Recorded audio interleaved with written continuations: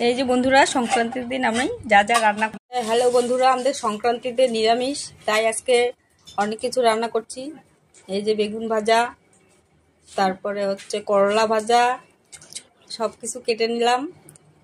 তারপরে গিমা শাক দিয়ে বেগুন ভাজা করব, আর হচ্ছে করলা ভাজা করব, পাকা করলা। কেউ খেয়েছো কি? আমরা খাই, সেই টেস্ট লাগে। তারপরে কলা ভাজা, কলাটা কেটে নিলাম, ধুয়ে উঠিয়ে নিলাম, লবণ হলুদ মেখে রেখে দিলাম।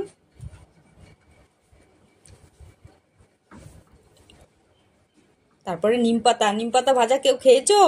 বেশি হতে তো খেতে পারি না, তবু খেতে হয়, নিয়ম তাই। আর এই যে গিমা শাক দিয়ে বেগুন ভাজা সংক্রান্তিতে আমাদের খেতে হয়। আর